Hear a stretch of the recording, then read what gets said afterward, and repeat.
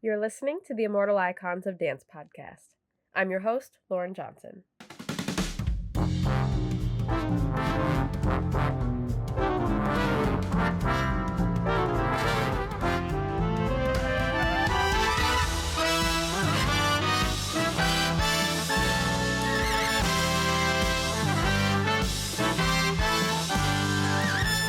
In today's episode, we'll be learning about dancer and choreographer Paul Taylor.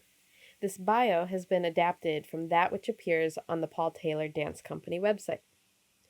Paul Taylor was born on July 29, 1930, exactly 9 months after the stock market crash that ushered in the Great Depression, and he grew up in and around Washington, D.C. He attended Syracuse University to study painting until he discovered dance through books at the university library. He then transferred to the Juilliard School and began his career in New York City. In 1954, he assembled a small company of dancers and began to choreograph. He joined the Martha Graham Dance Company in 1955 and danced with her company for 7 seasons while continuing to choreograph on his own troupe. In 1959, he was invited to be a guest artist with New York City Ballet, where Balanchine created a solo for him in the ballet titled Episodes. Mr. Taylor first gained notoriety as a dance maker in 1957 with his piece 7 New Dances. In 1962, he had his first major success, which was a piece titled Oriole, in which he set modern movement to Baroque music composed 2 centuries earlier. After retiring as a performer in 1974, Mr. Taylor turned exclusively to choreography, resulting in a flood of masterful creativity. The exuberant Esplanade, choreographed in 1975, was one of several Taylor dances set to music by Bach, which was dubbed an instant classic and has come to be regarded as among the greatest dances ever made. His repertoire of 147 works covers a breathtaking range of topics, but recurring themes include the natural world and man's place within it, love and sexuality in all gender combinations, and iconic moments in American history. While he often propelled his dancers through space for the sheer beauty of it, he more frequently used them to comment on such profound issues as war, piety, spirituality, sexuality, morality, and mortality. Mr. Taylor's final work, Concertiana, made when he was 87, premiered at Lincoln Center in 2018. Mr. Taylor has been the subject of the documentary films Dance Maker and Creative Domain, and the author of Autobiography, Private Domain, and the Wall Street Journal essay, Why I Make Dances. Mr. Taylor shed light on the mysteries of the creative process as few other artists have. I will include a link to all of these resources in the episode description if you want to check them out. Mr. Taylor received nearly every important honor given to artists in the United States.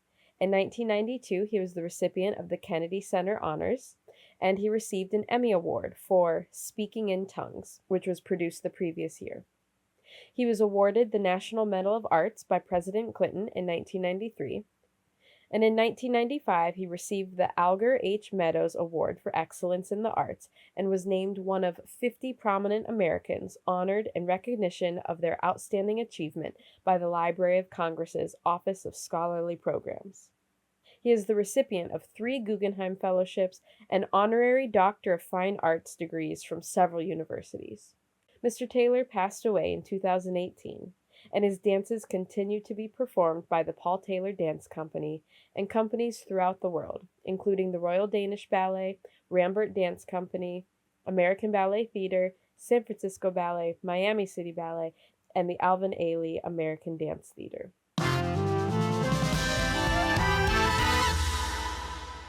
Talking with us today is David K. Israel, a composer who, for a period of time, worked very closely with Mr. Taylor. As a teenager, David was exposed to the music of Leonard Bernstein's West Side Story for the first time when he played in the pit orchestra for his high school's production. As a sophomore in college, David met Truman Finney, a dancer who had been in the New York City Ballet, who taught David about George Balanchine and the history of dance. David's music composition teacher was good friends with Leonard Bernstein. Both Balanchine and Bernstein became inspirations to David.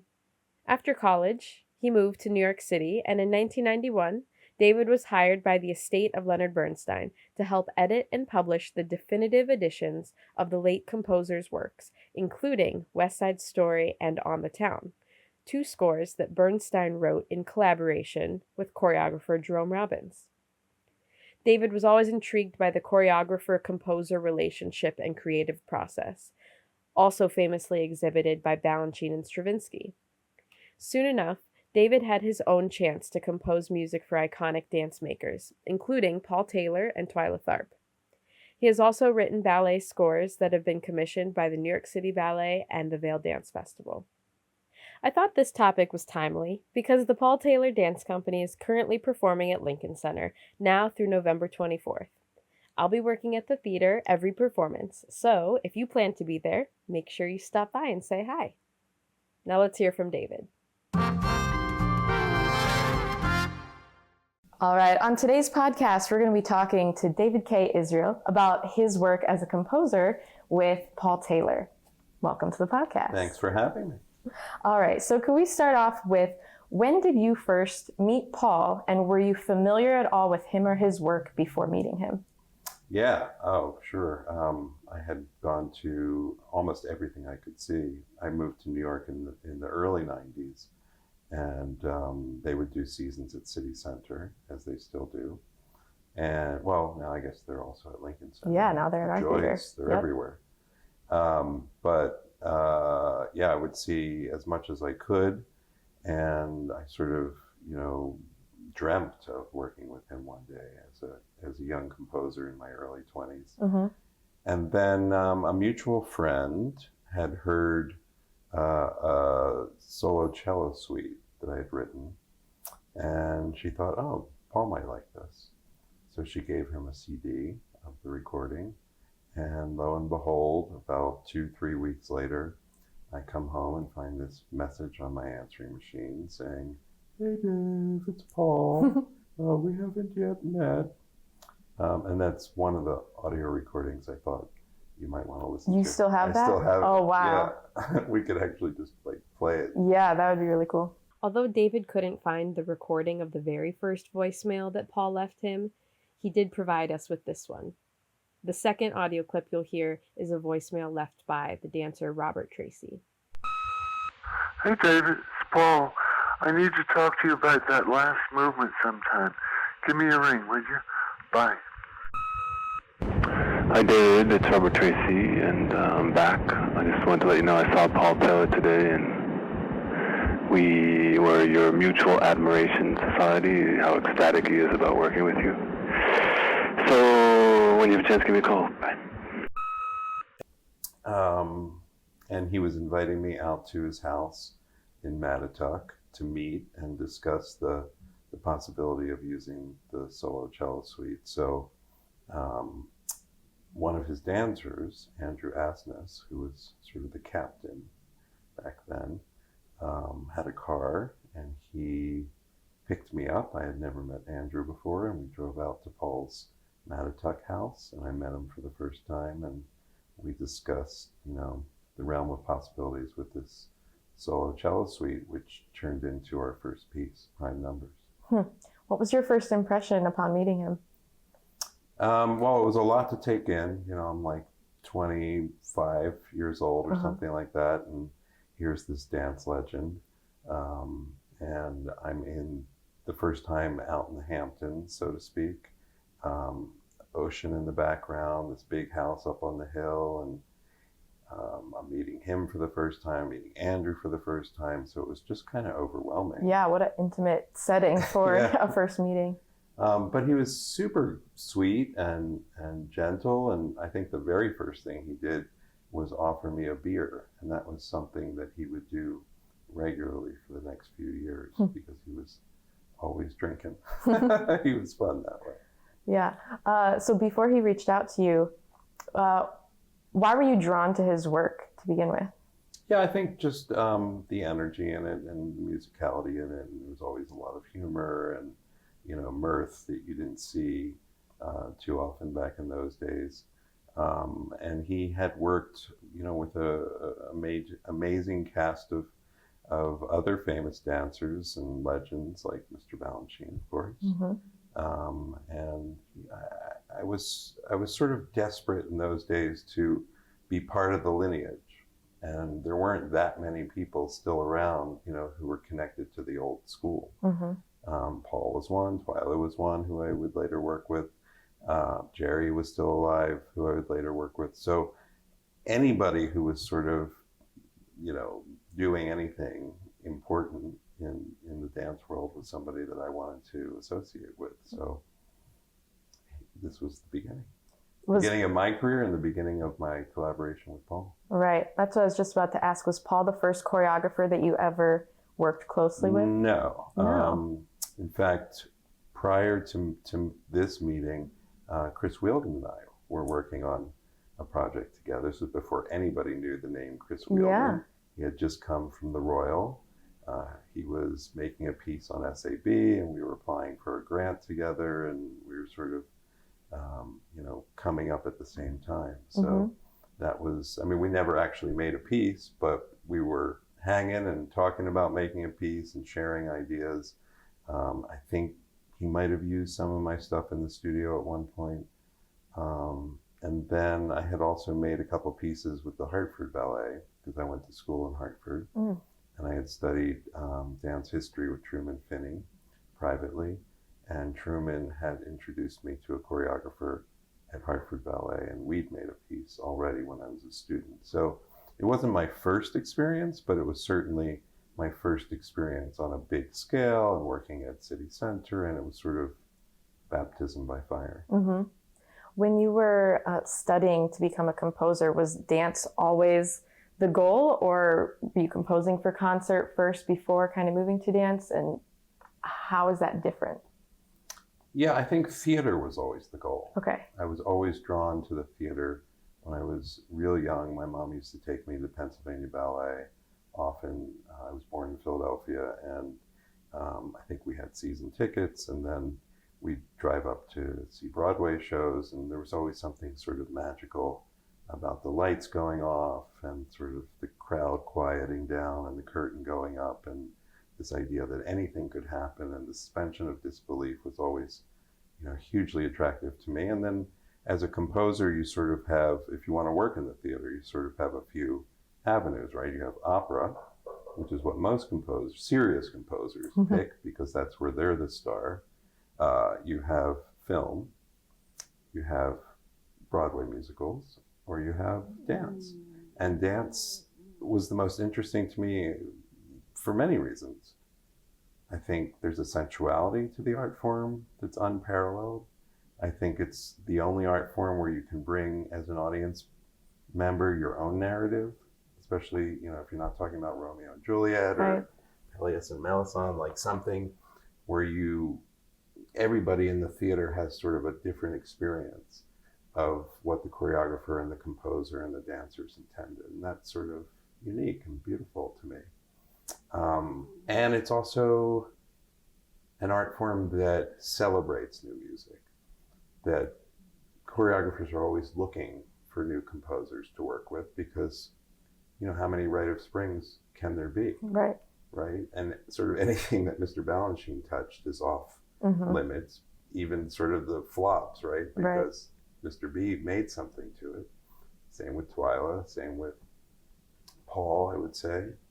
Same with Martha, like, so that was attractive to me, a place where you could really, you know, collaborate with somebody and make something new.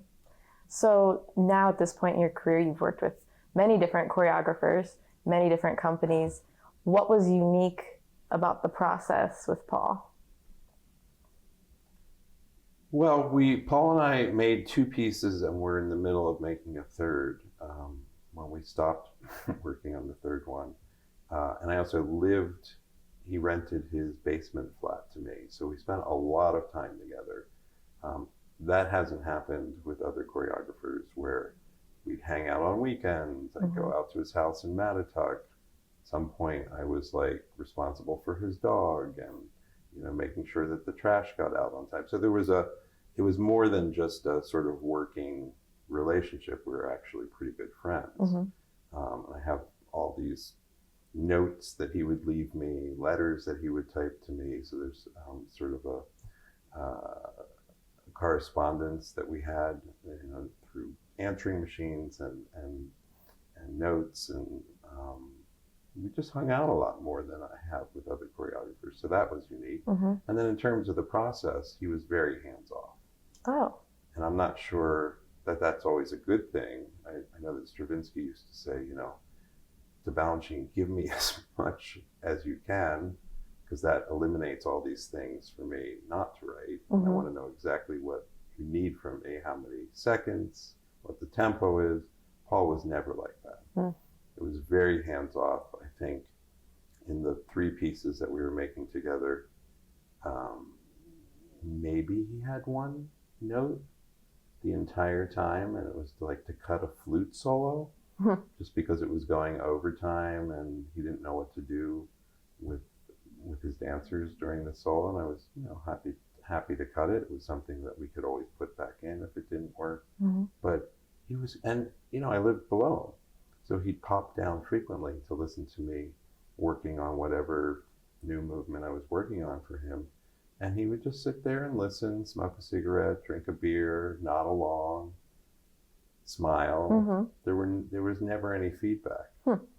He kind of trusted me and trusted that I knew sort of what worked for him based on my knowledge of his repertoire and where he was at that point in his career.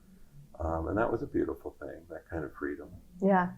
Is there anything that surprised you about working with him, or even just him as a person? I mean, you had gotten to know him first through his dance on stage, and so then to meet him and get to know him after that, was there anything, that surprised you? Or anything that might surprise other people to know? I mean, you would think somebody in that position, who's worked with Graham, has worked with Balanchine, just so many legends, so many stories, friends with Rauschenberg, would have sort of a constant dialogue going on about, well, when I was blah, blah, blah, and when we did blah, blah, blah, and back in those days, he never wanted to talk about the past. It was always the present and the future. And I thought that was unique. Having worked for Bernstein a little bit and getting to know Twyla and Jerry, there was constant references made to things they'd done in the past and the way things were and what worked and what didn't work for them. And I thought that was unusual with Paul, that he never seemed to look back. He was always very much in the present. Mm-hmm. And I think that's one of the things that you see in his work and the evolution of his work. It's always very present. It's very much part of the zeitgeist. At what point did he write his autobiography? Do you know when that was in relation to, did you know him at that point? Had he already written? Published. It was already Yeah, published? I had Okay. a copy even before I met him. Okay, it was that early. Yeah. I was just wondering, how that is to look, like when you are so in the present, did someone say, hey, you need to write down your life story because we want it, even if you don't want to look back, or if that was self-driven, if he felt like there was a reason that he wanted to record that. So I was just curious if you knew. But there was, when we were working together, I'm not sure if you're aware, but there was this whole drama around the 802 union picketing our shows because we had put together, you know this story? No. Oh. So for a few years, maybe even 5 years before I came into Paul's life, they had started using taped recordings at City Center because they could no longer afford the union rates. Don York was Paul's main musical collaborator and conductor. His wife Lila York was in the company for so many years. And I said to Paul when we started working together, City Center's not a union hall. You're not bound to use the 802 musicians.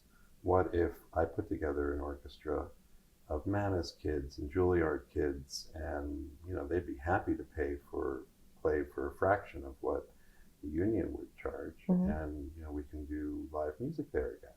Wouldn't that be amazing? He was all for it, of course, partly because he's a rebel, and he didn't like the fact that the union was putting all these constraints on them, and partly because he liked the idea of putting some money in the pockets of some young up and coming musicians, and they were maybe not as great as the local 802 musicians, but damn good. Yeah. Damn good.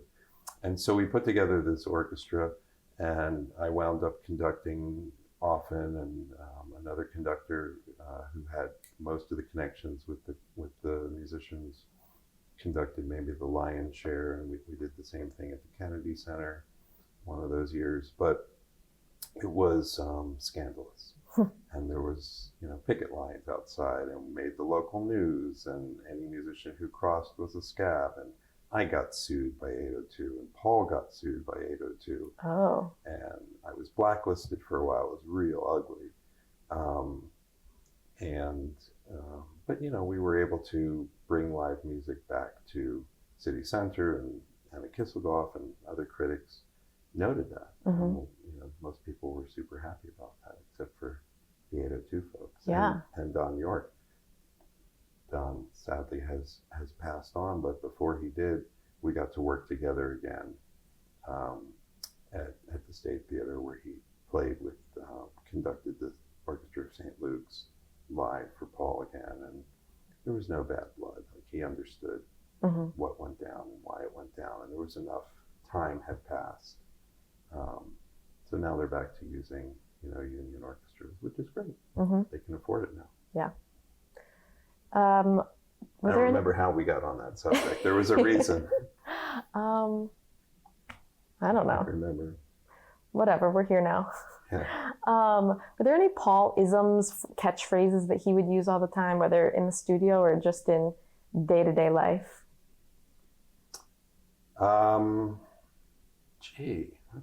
That's an interesting question. I mean, he's the only person who called me Dave. That's very personal to me. Other than my brother, for some reason I grew up, anybody you meet in the tri-state area in Philadelphia, New Jersey, even if you introduce yourself as David at a party, hi, nice to meet you. What's your name? David. Nice to meet you, Dave. Like, it immediately becomes Dave down there. I hadn't heard that. Paul would only call me Dave or Davey. Not really an ism, but that was unique to him. Yeah. From your standpoint, how do you think Paul and his work influenced the world of dance? Oh gosh, tremendously. I think to this day, like now, of course, they're bringing in other choreographers, which is important. It's not just Paul's work at the Paul Taylor Dance Company, but even the folks who never met Paul, like Lauren Lovett, for instance. I think that just by being there and being sort of ensconced in the Taylor school and ideology and taking class there, it all rubs off. I mean, it comes down from Martha ultimately, right? But I think whenever I see something that makes me laugh, I think, they're watching a lot of the good old funny Paul stuff. Are there any lessons that you learned from Paul that you continue to implement, whether it's when you're working with other choreographers or when you're composing and just about your own work ethic, something that he taught you, intentionally or not, that kind of lives on in you? Yeah, I think up until I met Paul and started working with Paul, I edited my work a lot and would come back to it and tweak and tweak and tweak. And I was sort of a perfectionist. Paul was so not that. He'd get in the studio, sort of first thought, best thought, if it worked for the dancer. And he, as many great choreographers do, would rely on his dancers to help come up with the moves. How about something like this? And the dancer would do something, maybe not exactly what he was looking for. He liked that better. That got inked. And then he'd move on. And he just kept moving on. And there was never sort of the process of going back and making lots of changes. It was really like first thought, best thought, let's move forward. Not only because he was busy, and always had to produce at least 2 new works a year, which over decades really adds up to quite a body of work, right? If you're constantly tweaking and trying to perfect it, you're not going to move forward. Yeah. You have to feed the company. And so he sort of taught me, like, just put it out there. Yeah. Don't worry that everything's not perfect. That's not what the art form's about. It's really about the process, and sometimes you're going to get it right, like we did with the word, and sometimes maybe you're not, like we did with prime numbers. Just sounds like he really trusted his first instincts. Yeah. When you're doing something as long as he is, maybe that's easier than when you're 25 or 26 years old and you're going to get your first New York Times review and you're just, God, you have to make the perfect first impression because you're never going to work again if they pan it.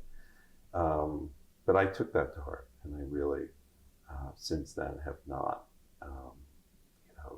spent too much time worrying whether or not I could have made something better, because ultimately, you're going to change and evolve as an artist anyway, and you're always going to look back and go, oh, what was I thinking?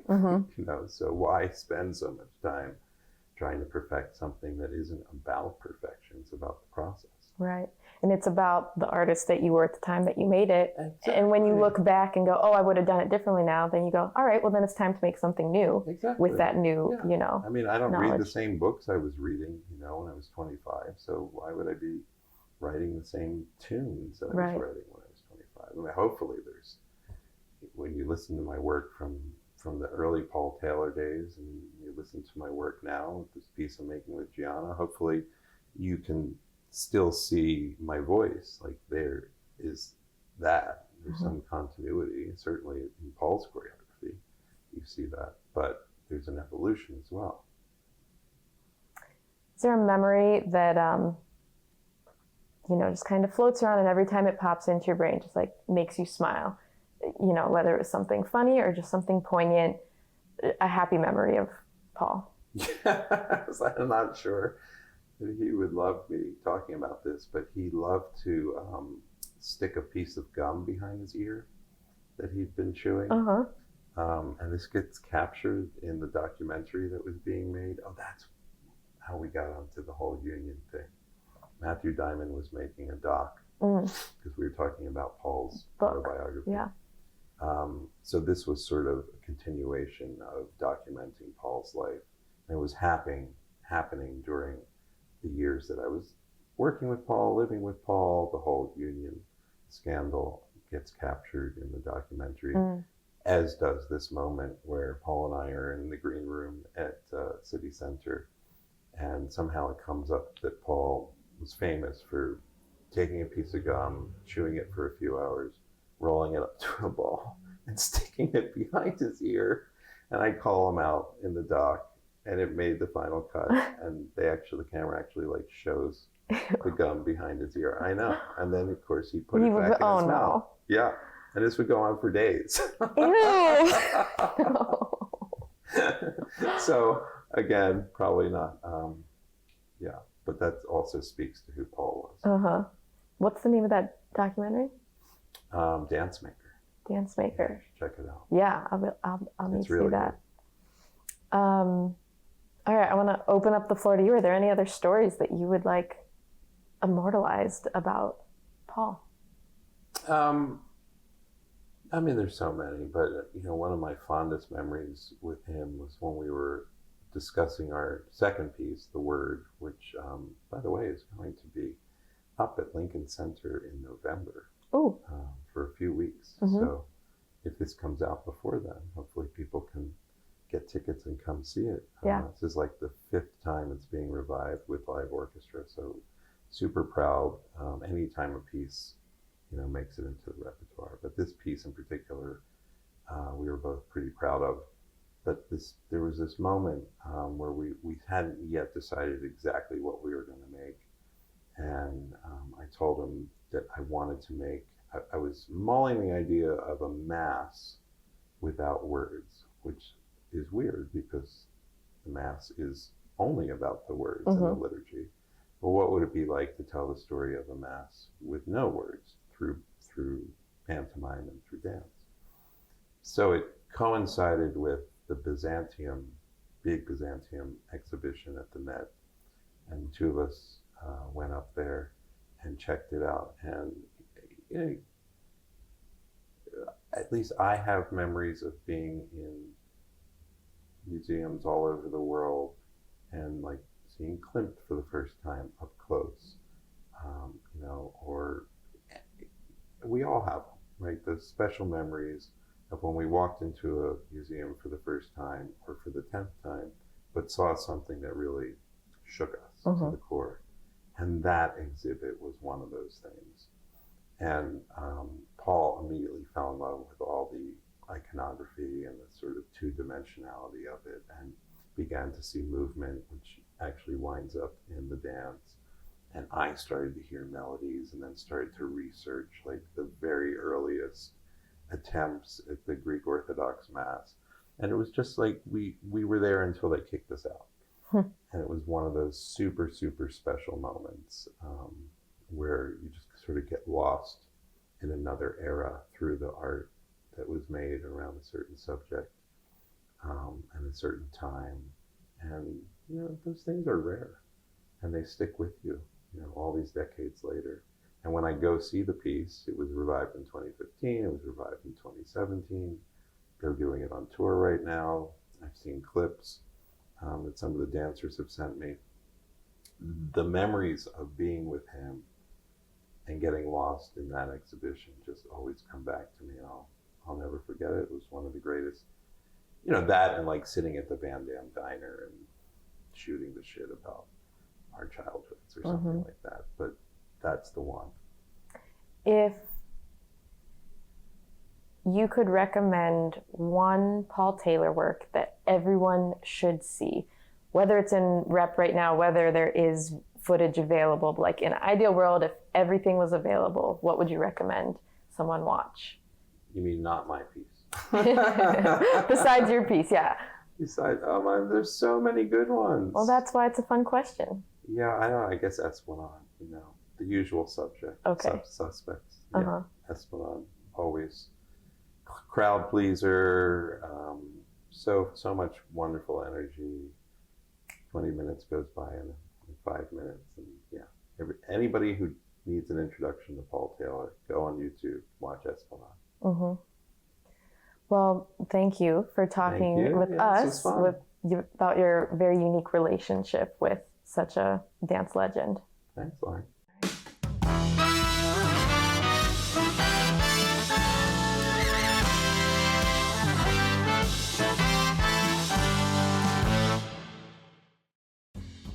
The Immortal Icons of Dance podcast is written, produced, and edited by me, Lauren Johnson. Our music is written by Shelby Rassler of Jenkins & Rassler. Technical support is generously provided by Libby Lessenhop.